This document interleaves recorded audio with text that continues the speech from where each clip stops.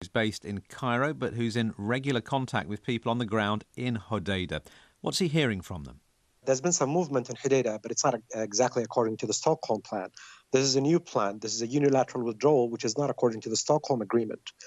The Houthis are pulling out of the port, but they're handing it over to their other people, basically coast guards that are Houthis in uniforms that are moving in the port, which is why a lot of people are crying this move as invalid.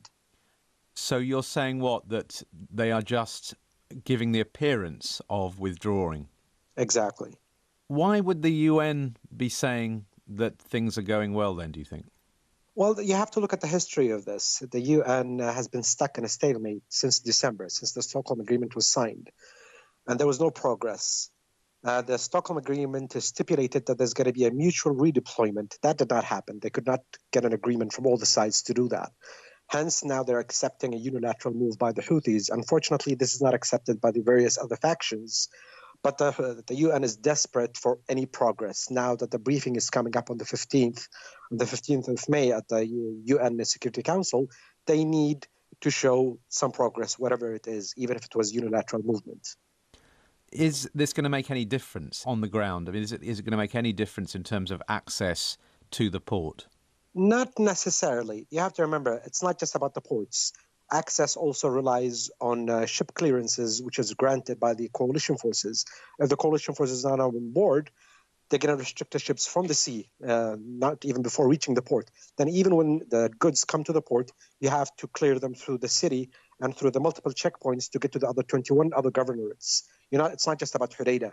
It's about humanitarian corridors across 21 other governorates.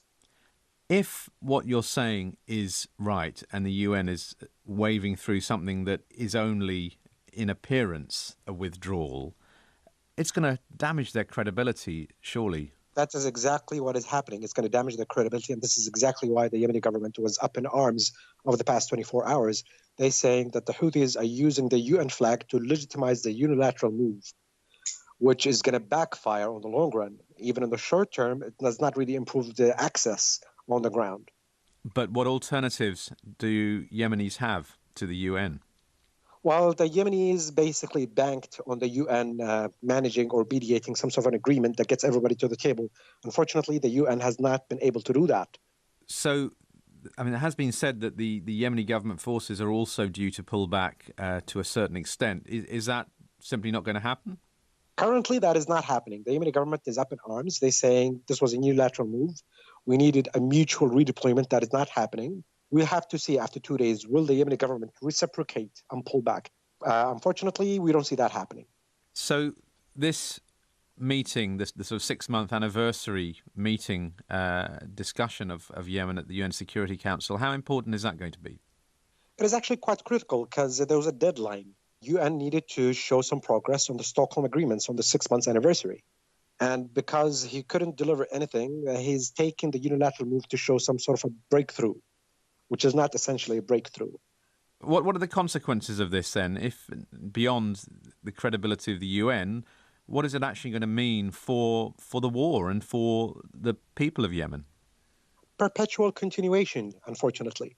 We have no other alternative path. We still don't have a peace roadmap so far. So if the Stockholm Accords fall apart, we're back to square one. At the moment, though, they are still the only game in town. Unfortunately, that is very true.